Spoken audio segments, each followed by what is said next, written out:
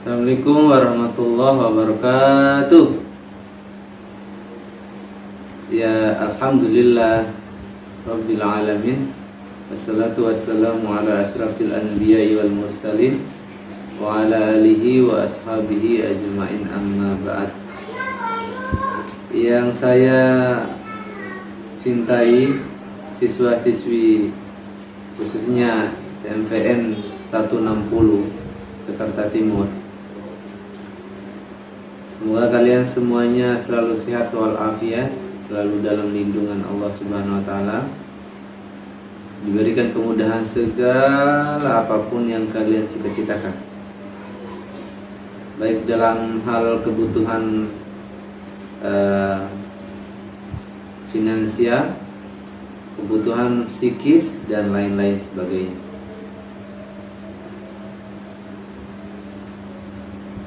Terima kasih kalian sudah sebagian ya yang sudah berupaya kerjasama dalam hal proses belajar selama ini, selama masa pandemi ini COVID-19 atau yang disebut Corona.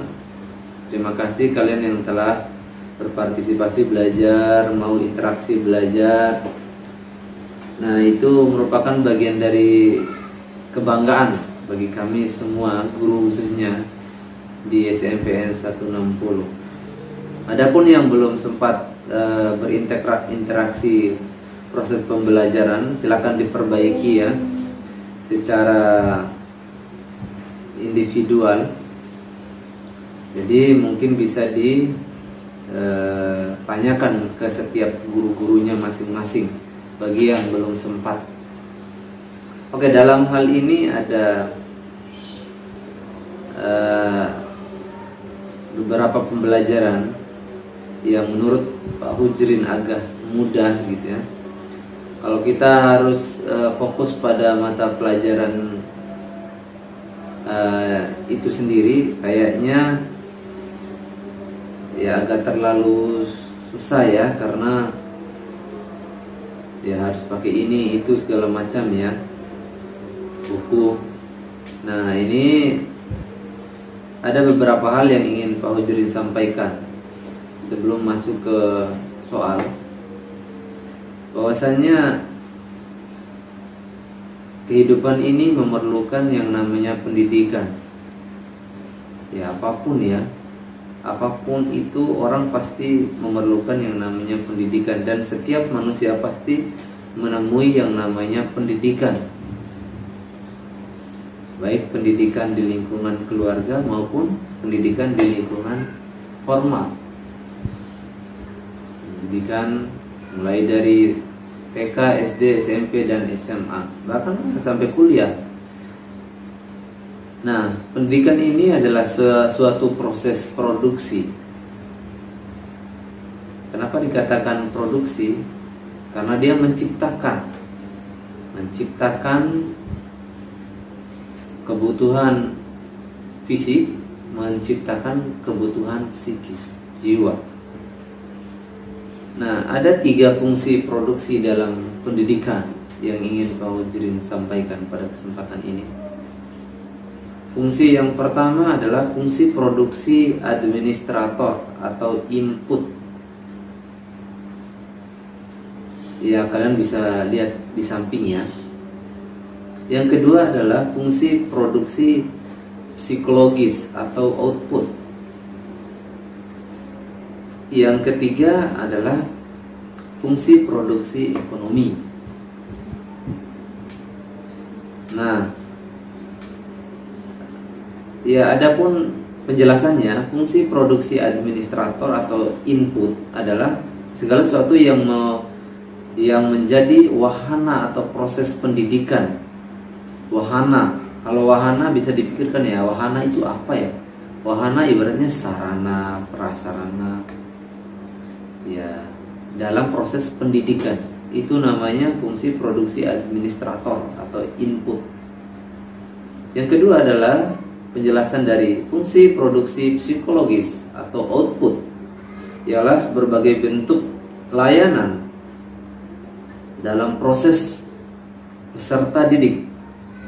Jadi bentuk layanan, bentuk itu ada dua ya, bentuk yang terlihat, ada bentuk yang tidak terlihat berupa data ya. Data kan ada dua, ada data manual dan ada data tidak terlihat.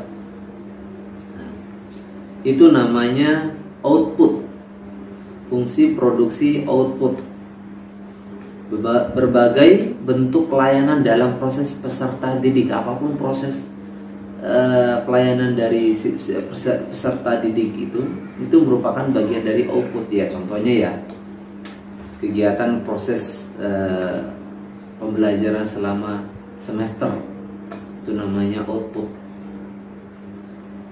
Nah, yang ketiga adalah fungsi produksi ekonomi ya.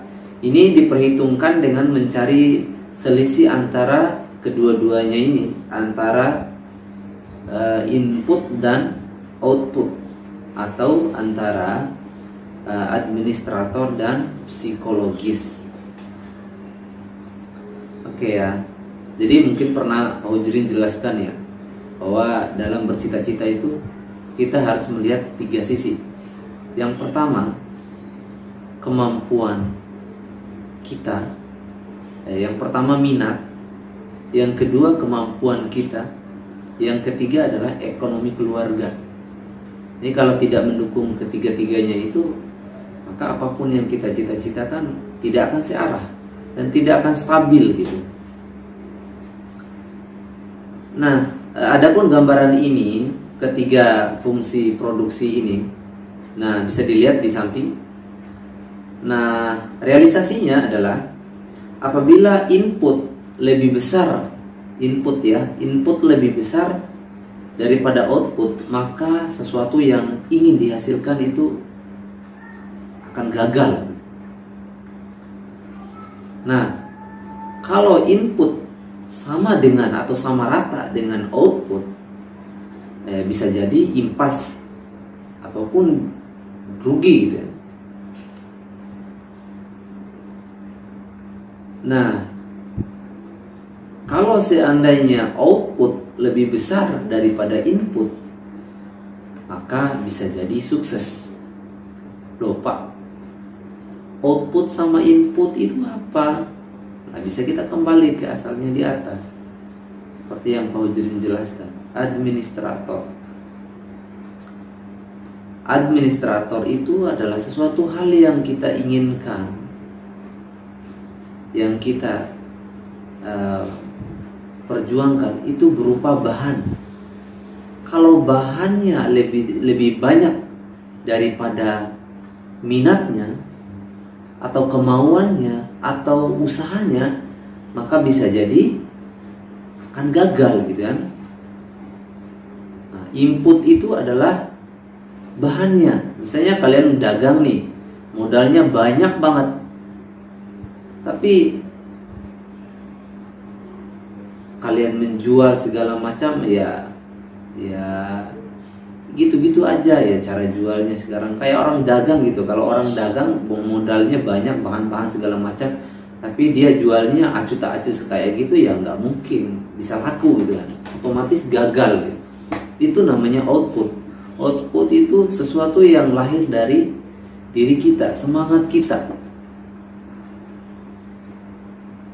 Nah, kalau seandainya sama rata, misalnya input dengan output sama sejajar, bahan yang kita pakai atau modal yang kita pakai setara dengan minat kita, semangat kita bekerja, semangat kita untuk berjuang, itu setara dengan modal yang kita keluarkan, maka bisa jadi impas atau boleh jadi rugi, karena tidak ada karena setara gitu, tidak ada yang lebih besar. Kalau seandainya input lebih kecil atau lebih besar output, nah kalau minat seseorang itu, kemauan seseorang itu lebih besar, lebih semangat dalam melaksanakan sesuatu, Kalau di dunia bisnis misalnya orang belajar sekolah, semangat sekolahnya luar biasa, walaupun secara ekonomi dia kurang, bisa jadi dia sukses. Maka poin ketiga ini, jika output lebih besar daripada input, boleh jadi sukses. Nah, oke. Ya, saya harap kalian bisa mengerti ya. Oke, kita lanjut ke soalnya. Ini PJJ ini mungkin barangkali bisa jadi terakhir di bulan puasa ini ya. Jadi kita akan lanjut ke bulan selanjutnya. Soalnya yang pertama adalah, apa yang dimaksud dengan fungsi produksi administrator dan bentuk-bentuknya?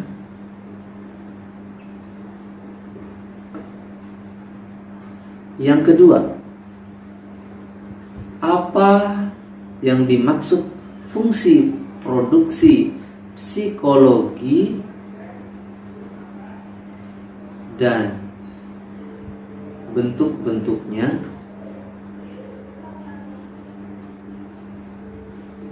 Atau jenisnya ya.